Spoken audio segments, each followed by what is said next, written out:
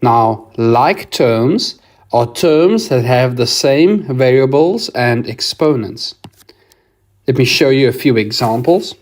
If I say 2x and 3x, we can see that even though we have different coefficients, meaning the numbers in front of the variables are exactly the same.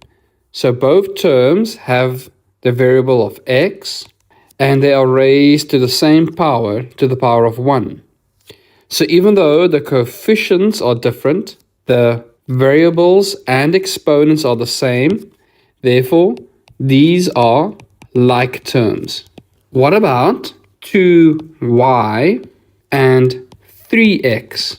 Now we can see that the one variable is y and the other variable is x. So the variables are not the same, so these are unlike terms.